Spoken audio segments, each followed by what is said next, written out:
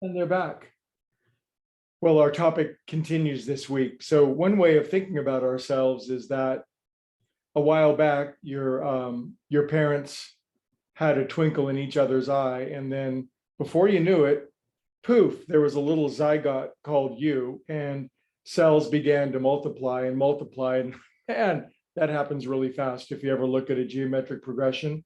And before you know it, you were a fetus, and then poof, you were cruising around in the world, but your brain was still, amazingly fertile and prescient, but it was not very developed, but it continued to develop. And finally, enough faculties began to assemble sort of from the bottom up, and they began to sort of come online, you might say. And then maybe around 2 or 3 or whatever that age was for you, poof, it's like, hey, here I am, I'm conscious. And then we're off to the races. And now we have a brain, and it begins to build more and more patterns and more neuronal pathways and more neuronal chemicals etch patterns into our brain. Our brain grows, it ripens, kind of starts to decay. Then it's kind of a long downhill slide. Then it dies, and then it goes into the ground, and then it's worm food, and you're gone. Nice knowing you. That's one way. Now, the other way is you are an eternal spiritual being, and you've worn many brains and many nervous systems over a vast span of time. And this is the brain and the nervous system that you happen to be occupying right now. Infinite consciousness is contained, for the most part, in your worldly material brain and nervous system that you're currently residing in. It's your current address. Now, brains being receptive and filters of reality rather than producers of reality, as we've talked about all this week, is such a radical and alien notion. But when it begins to sink in, and we see our brains as being receptive to the various frequencies or channels, various ways of thinking, we can see how our very fertile brains from a very early age would pick up on some of the very strongest channels that were being force fed us, or let me say it in a nicer way, presented.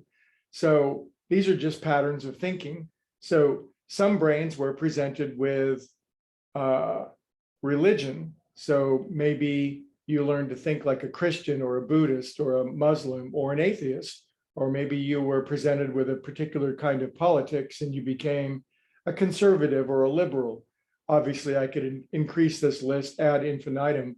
And all these possibilities were presented, and your receptive brain, simply being an absorber of patterns, absorbs some very strong patterns. And then this, of course, becomes your identity, and mine becomes my identity. These patterns of thought and perception they're so common in some respects, but so individual in others, that it accounts for the spectacularly individual nature of our personalities, doesn't it? Well, what's the implication of being a receptor or a filter of thought? Well, it's that you can change it. You're not a slave to the patterns that were picked up early on. Well, you might ask, why would I want to change one of my patterns, one of the patterns that I'm receiving? If I'm a filter, Mr. Greg person, if what you're saying is true, and I'm more like a radio or a television set and I'm receiving, why would I want to change something? Well, you wouldn't want to change the stuff that's going beautifully and working perfectly. But what would happen if you're actually filtering or actually receiving a negative pattern of thought? What would happen if things like depression or scarcity or worry or anxiety or predisposition to be unhappy or diseased were patterns that you had picked up on? Well, you can change it. If you are not your brain, that means you have a brain. Now, this is the key realization. If I'm not my brain, if I'm not simply the production of the molecules, electricity, and chemistry inside of my brain, then I have a brain. My brain is the most glorious tool in the entire universe. I have one, and I can skillfully tune it, change it, adjust it, recalibrate it when I know that I'm perceiving an experience in ways that are suboptimal. I love that I can do this, you might say for yourself. Thus, beginning to build in a new pattern. But what happens if we run into a pattern that's so challenging and so sticky and so stuck in our brain? Can those be changed? Absolutely. How do we do that?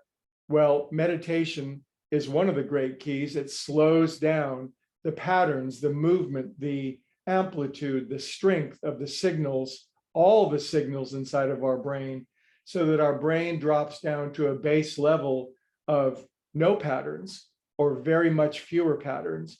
And then we can simply pick up new patterns very easily and very efficiently. And the other great tool at our disposal, once we realize that we have a brain and that we are not our brain, of course, is prayer. And we simply ask infinite consciousness itself to help us, to help redeem us, to help uplift us, to help change us.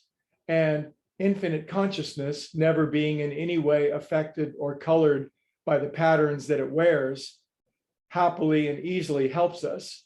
Now, in Judeo-Christian language, this would be called being forgiven or being redeemed. In Eastern language, it might be called being enlightened. It doesn't matter what you call it. The principle is the same, and the principle works for you.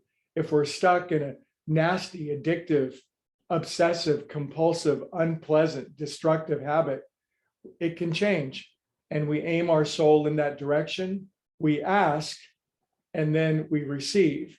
We ask for something different, and because we're receptive, because we're filters, we begin to let that beautiful new pattern in, and then the old pattern dies out, and it dies of extinction. It dies of, it's no longer used. It's simply a frequency that our brains don't tune into anymore.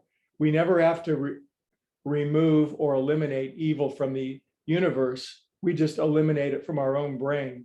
Do you think because one of us overcomes a problem or evil that it disappears altogether? No, a bunch of other brains are running on it. And this is why a great spiritual master said a long time ago, resist not evil. Don't struggle against it. Simply tune into a higher channel. I hope this is sinking in, because you're receptive. If you're open to this thought that you have a brain and that you're not your brain, you are eligible for understanding and revelation beyond your wildest imaginings, and quite quickly too. We'll continue.